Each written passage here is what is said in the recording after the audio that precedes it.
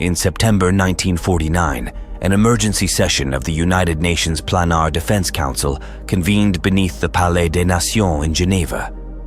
The chamber was heavy with silence. Betrayal still lingered in the air. Members executed, branches purged, trust fractured. Christophe Dalen, the council's first president, rose to speak. His voice carried neither anger nor sorrow, only finality.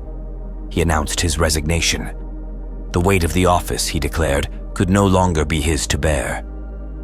In his place, he named Mikhail Abakumov, the strategist, the hand that had carried out the tribunal's grim verdicts. Objections stirred at once.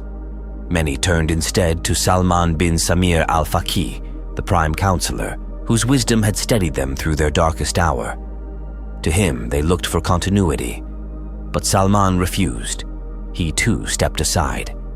And in doing so, he placed upon the table not a name, but a design, a blueprint, not of weapons or of stratagems, but of governance itself. The council, he declared, could not endure as a shadow drifting without form. It needed structure, safeguards, a framework to survive corruption from within as well as threats from without. He proposed a model drawn from the United Nations itself.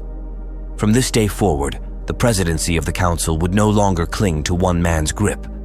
It would follow a fixed cycle, a 5-year term, renewable only once by majority vote. No leader would reign forever. No hand would be allowed to hold power unchecked. But governance alone was not enough. To survive betrayal, the council needed safeguards stronger than vows. 2 new bodies would rise from the ashes of treason. The first, the Integrity Directorate. Formed of retired presidents and members deemed incorruptible, it would stand apart from politics and command authority over all. It would audit, it would judge, it would guard the code upon which the council rested. The second, the Internal Sanction Enforcer, a unit unseen even within the council itself, trained to investigate, to apprehend, and if necessity demanded, to erase.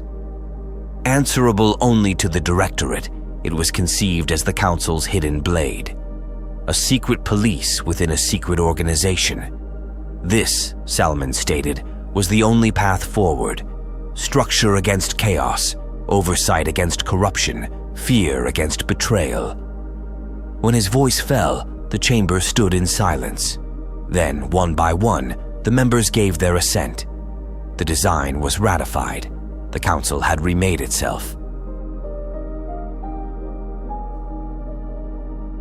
As his first act as president, Mikhail Abakumov rose. His words were blunt, stripped of ornament. "The UNPDC was never the United Nations," he said. "We were not built to debate, nor to condemn. We were built to act." He pledged sweeping reform, new manpower, new recruitment, a doctrine of force without hesitation. The council, he vowed, would no longer mirror the world above. It would stand apart, unseen, a hidden blade held in reserve for threats no nation could face alone. And in 1950, it began. A recruitment drive, silent, merciless, absolute.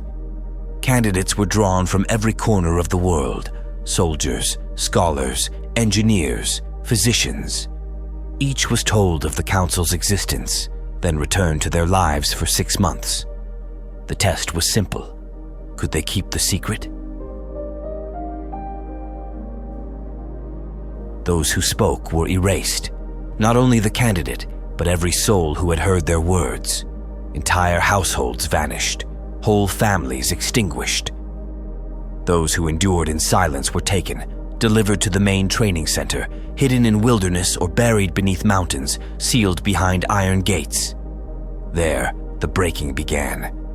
Recruits were not honored. They were stripped down, ground to the bone, and rebuilt. They were forged into polymaths and polyglots, trained to fight like soldiers, heal like medics, repair like mechanics, and think like scholars.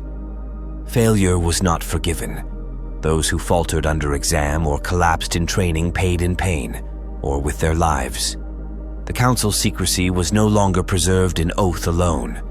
It was etched in blood.